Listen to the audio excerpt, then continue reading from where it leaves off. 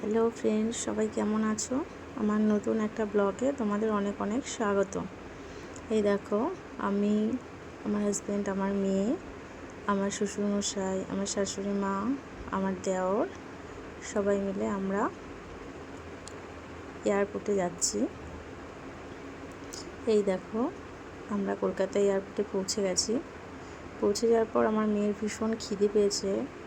তো সেখানে যাওয়ার পর বেবি কেয়ার রুম বলে একটা জায়গা আছে, সেই জায়গায় ওকে নিয়ে গিয়ে আমি ওকে ফিট করিয়েছি। ফিট করানোর কিছুক্ষণ পর আমার হাজব্যান্ড আমাকে কল করলো, বললো চেকিংয়ের টাইম হয়ে গিয়েছে, বেরিয়ে আসার জন্য। তো সেখানে আমি যাচ্ছি। দেখো,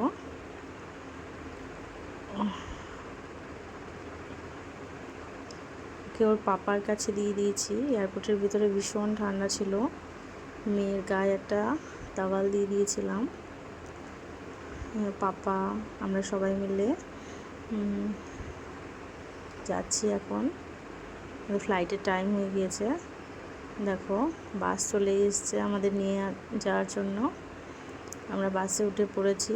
সেই বাসে করে সোজা আমরা ফ্লাইটের সামনে গিয়ে নামলাম। আমরা তখনই ফ্লাইটে উঠব। এই দেখো, আমরা ফ্লাইটে উঠে গিয়েছি। ফ্লাইটে উঠে যাওয়ার পরে তো ভীষণ ঠান্ডা লাগছিল। মেয়ে দেখো তখনও ঘুমায়নি, সারা রাত না ঘুমিয়ে ও তখনও ঘুমায়নি। তারপরে আমরা দেখো কয়েকটা ফটো তুলে নিয়েছি। আমরা কয়েকটা ফটো তুলে নিয়েছি। আমার একটা ফটো তোলার খুব ইচ্ছে ছিল, স্বপ্ন ছিল বলতে পারো। সেই ফটোটা তুলে নিলাম। তারপর আমরা যাচ্ছি।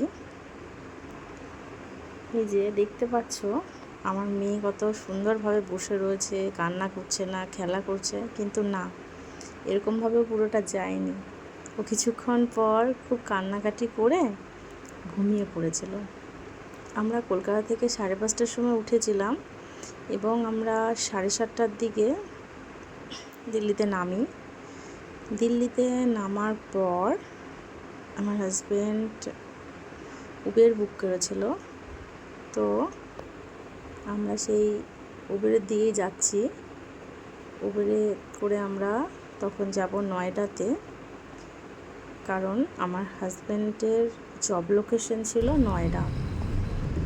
এই দেখো, আমরা নয়ডাতে অলমোস্ট পৌঁছে গেছি। এই যে আমাদের ফ্ল্যাট, আমাদের ফ্ল্যাটে আমরা